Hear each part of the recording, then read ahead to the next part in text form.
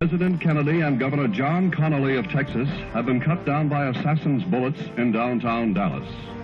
We'll repeat that. President Kennedy and Governor John Connally of Texas have been cut down by assassins' bullets in downtown Dallas.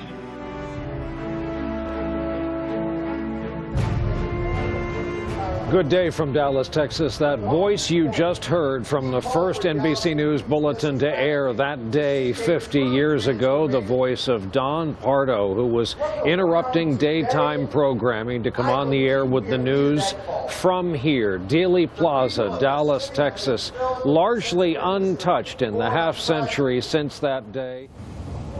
On our broadcast tonight from Dallas, Texas, remembering 50 years ago today, one of the darkest days in American history.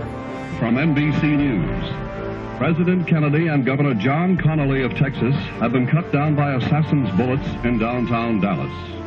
We'll repeat that. President Kennedy and Governor John Connally of Texas have been cut down by assassins' bullets in downtown Dallas. The assassination of John F. Kennedy, 50 years later.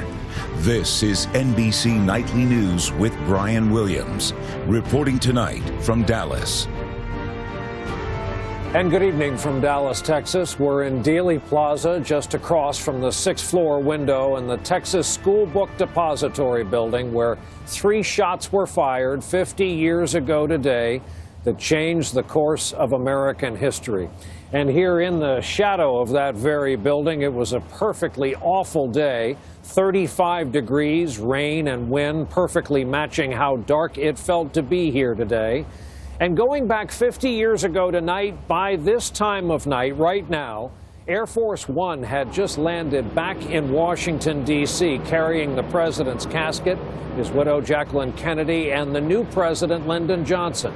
Most Americans were home for the day, schools and offices let out early, and millions by this time were huddled around their television sets where they would remain transfixed, watching the coverage on and off for the next 4 days.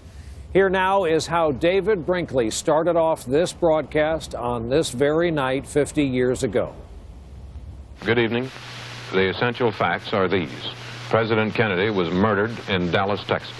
He was shot by a sniper hiding in a building near his parade route. He was dead within an hour. Lyndon Johnson is President of the United States.